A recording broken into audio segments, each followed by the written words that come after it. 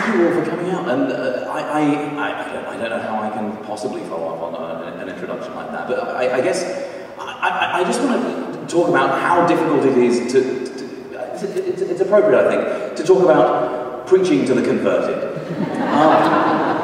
Because I suspect that many of you here already understand what dire straits we are in at the moment. That our market has failed us, and the economy that we thought was going to be a perpetual engine of prosperity, well, the wheels have come off that. And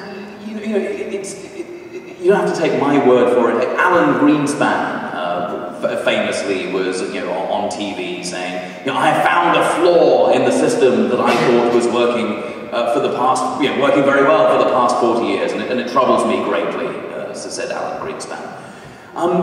Now, this was on primetime television, and Alan Greenspan was saying, look, the way that we've been organising our economy, based on the idea of unfettered free markets and selfish, individualistic behaviour, well, that assumption, the assumption that system would lead to the best of all possible worlds, is wrong. And the way people treated that was as a sort of human interest sidebar. Alan Greenspan gets it wrong. Poor Alan Greenspan, what an idiot he is.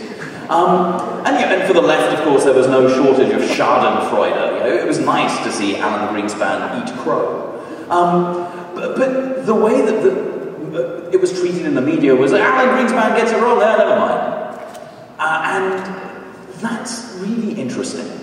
It's interesting that when one of the architects of our modern financial system admits that he got the entire thing wrong, the very foundation of it wrong, we carry on as before. And there are ways of understanding this to which we need to look to literature. And since we're part of a writers' festival here, it won't be out of place to observe that our behaviour is a lot like the hero of Metamorphosis, Gregor Samsa. The Franz Kafka short story about how one night, after a night of bad dreams, Gregor Samsa awakes to find himself in the body of a cockroach. You know that story? And what's weird about, what's analogous, is that we wake up and we find that Alan Greenspan tells us that everything that we believed was true about our financial system is entirely wrong. And we behave very much as Gregor Samsa did. Because when Gregor Samsa woke up in the body of a cockroach, he did not ask, why am I a cockroach? He didn't ask, well, what will I become tomorrow? The thing that Gregor Samsa asked is, how am I going to keep my job? And of course, in a sense, that's very reasonable. We're in the middle of a recession. It's entirely normal for us to worry about how we're going to keep our job. But it's also reasonable for us to ask how we got into this mess and how we might get out. And that's where the title of the latest book comes from. It comes from an Oscar Wilde quote, that nowadays people know the price of everything and the value of nothing. And we need other ways of valuing the world. Oscar Wilde understood that. One of the reasons I chose the quote is because Oscar Wilde was a socialist. And it's important just to say that word without the carrots being thrown. It's important to be able to identify socialism as another way in which we might have valued the world. And it's one of many options that were on the table that have been removed. Because now we can only see the world through prices. We can only imagine that the appropriate way to value the world is to stick price labels on things and the market will sort it out. But seeing the world in this way sells us short.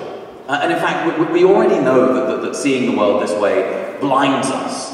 And in fact, it's a very interesting kind of blindness that we have when we see the world through the faulty prism of prices and markets. And in fact, it's a lot like a neurological disease called Anton's blindness. Now, Anton's blindness is a condition that you have if you have a traumatic brain injury, if you have a stroke. People who have Anton's blindness are cortically blind. In other words, if you wave your hand in front of their face, they will not be able to see your fingers. But the difference between ordinary blindness and Anton's blindness is this. The people who have Anton's blindness insist that they can see. People who have Anton's blindness believe fervently, with all their being, that they are in fact possessed of sight and everything is fine. Now, as you can imagine, people who have Anton's blindness bump into things a lot. And when they do, they have to make up a story. They have to reconcile two things. On the one hand, they believe that they can see. On the other hand, they've hit something very hard and they are in pain. And so they have to tell a story. They have to confabulate. They have to make stuff up about, well, who put that there? I had no idea it was there. Or, I'm just getting old, my eyes, I had no idea it was there. I'm sorry, my bad. But whatever it is, it's the confabulation that helps neurologists diagnose the disease. It's the making up of stories that helps neurologists determine that people are, in fact,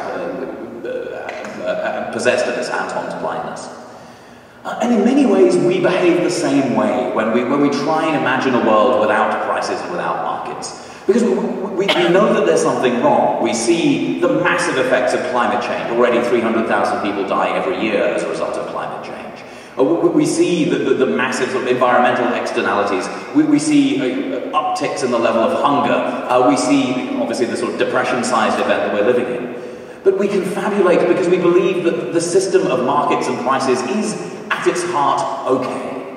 That basically a couple of things have gone off the track, but in essence everything's all right. And in order to confabulate, in order to tell these stories, we draw from a repertoire of stories that are essentially given to us. Stories like, well, if only Bernie Madoff had been less greedy, or if only the Americans had regulated, well, anything. Things would have been better. Or if only now, if only the Greeks weren't so lazy and they weren't, if they didn't want to retire in their 50s and wanted to work until they're 60 like everyone else. Or, if only. And so there's a sort of set assortment of stories that we will use to confabulate and make excuses for a system that is letting us down.